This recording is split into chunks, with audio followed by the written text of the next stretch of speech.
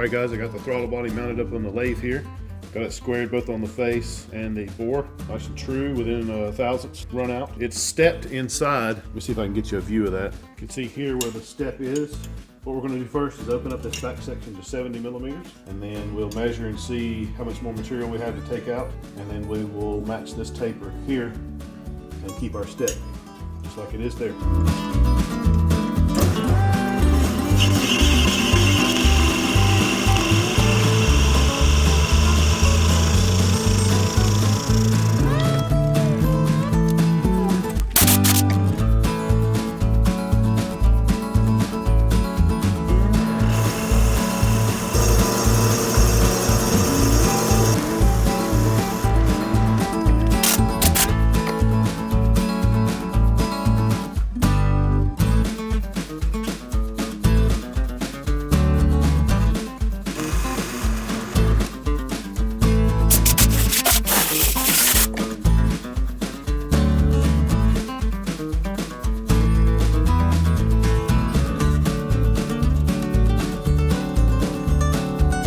I got it bored out. The maximum I ended up being able to go is 68 millimeters. And that's because these bearings here, where the throttle plate rides, the housing inside is getting very thin. It's probably only a millimeter thick at this point. So if I take any more off, it's just not gonna work.